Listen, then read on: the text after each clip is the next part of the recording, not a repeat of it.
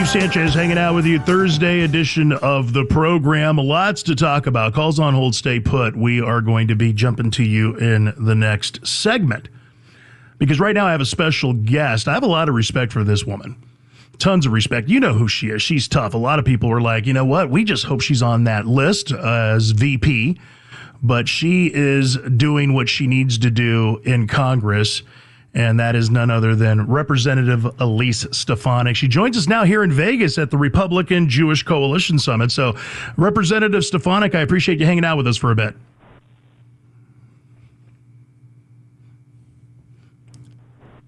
Representative Stefanik, are you with me? Yes, great to be with you from Las Vegas. I'm at the Republican Jewish Coalition. There you go. Talk to you, Steve. Well, I appreciate it. Thank you. No better place than the Venetian. So I'm glad you're in town and hope you're having a great time. And what a great summit. So chat with me a little bit about that, Representative Stefanik. What's going on there? I know there's a lot of anti-Semitism going on right now in the country. This administration specifically, even though they say they're not, to me, much of what they say and what they've done, especially with Israel and Hamas, to me is a slap in the face of our Jewish friends. Yes, well, first of all, this is the most important election of our lifetime, and people understand that. I know we say that every election cycle, but it's all on the line. If you look at the domestic issues, whether it's the historic inflation under Joe Biden and Kamala Harris versus the economic boom we saw for families of all backgrounds across America, you know, historic job growth for Hispanic Americans, African Americans, Asian Americans, women in the workforce under President Trump. And then when you look around the world, you see the weakness of Joe Biden and Kamala Harris, and they've turned their backs on our most precious ally, Israel. And when we've seen the skyrocketing scourge of anti-Semitism on college campuses, this White House, Kamala Harris and Joe Biden, have failed to condemn anti-Semitism. And the most viewed testimony in the history of the United States Congress was the question I asked the university presidents of MIT, Penn, and Harvard, and that was this: does calling for the genocide of Jews violate your university's code of conduct on bullying and harassment? You ask an everyday American, they know how to answer that question. It's yes. And yet the presidents, now former presidents of our quote-unquote most elite universities, said it depends on the context. Wow. And this is today's Democrat Party. It's the most viewed testimony in the history of the United States Congress. So all these issues are on the ballot, and the state of Nevada is so incredibly important. President Trump needs to win that state, and we need to flip that Senate seat and elect Sam Brown. So I'm excited to be here supporting Trump, Sam Brown, and our House candidates. I appreciate that. We appreciate all the work you're doing. Obviously, a representative of New York, which leads me to the investigation that you're wanting to have opened up over Governor Hochul. To me, this is grotesque failure. And so I just, number one, I think she's been so ineffective, and you'd know that better than anybody. But how does something like this happen? I mean, is she asleep at the wheel? What's the deal with this?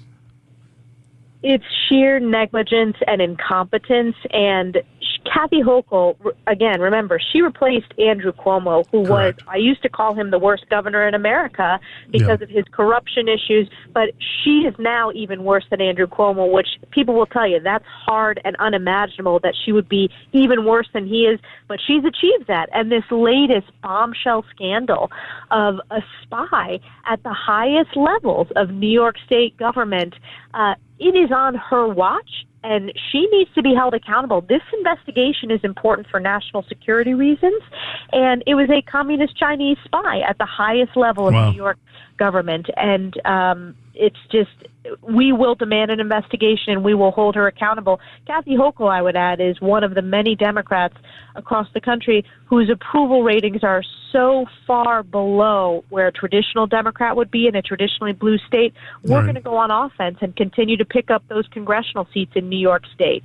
Yeah, there you go. That's absolutely necessary. You know, I personally believe with the work that you're doing and your colleagues, I think, there is this, we talk about this silent majority. We saw it in 2016 when they came out. I believe that's what we're going to see in 2024. I think a lot of people don't talk about it. A lot of people don't get called regarding polls. So we see polls out there, and I've never been one to just agree with the polls out there. I think that people, Republican, Democrat, Independent alike, are fed up, just like what you just said. I mean, how do you have a Chinese communist spy at the highest level of government under Governor Hochul's watch? Number one. Number two, the anti-Semitism. Number three, the unaffordability, the economy, national security, the border.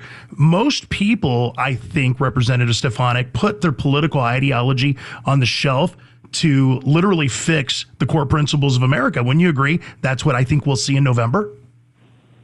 Yes, I agree, and that's why you're seeing a seismic shift. And it's interesting. I was elected 10 years ago, and my district voted twice for Obama and now votes for President Trump. So we win. People that voted Democrat for a generation but have just seen how far radicalized and to the left and failing today's Democrat Party is. So we need a common sense wave, and that's why you're seeing President Trump is winning independents, because people are feeling the crush of these terrible policies, and the economy is front and center every day. You go to the grocery store, you see your insurance bills, utility bills. They are unaffordable for hardworking American families. And then we didn't touch on a major issue. It's the border crisis. Every community, every state is now a border state, even all the way up to New York, where we've seen illegal crossing skyrocket, even on the northern border. Wow. So people are fed up, and that's why this election in the next 61 days, we are crisscrossing the country to turn out the vote, talk about the issues, and encourage everyone to get out to vote in November. Well, Representative Stefanik, I appreciate you taking some time out from the Coalition Summit there. Thank you for what you do. We've got an election to win. You're always welcome on this show. Enjoy Vegas for the rest of the couple days. Thank you.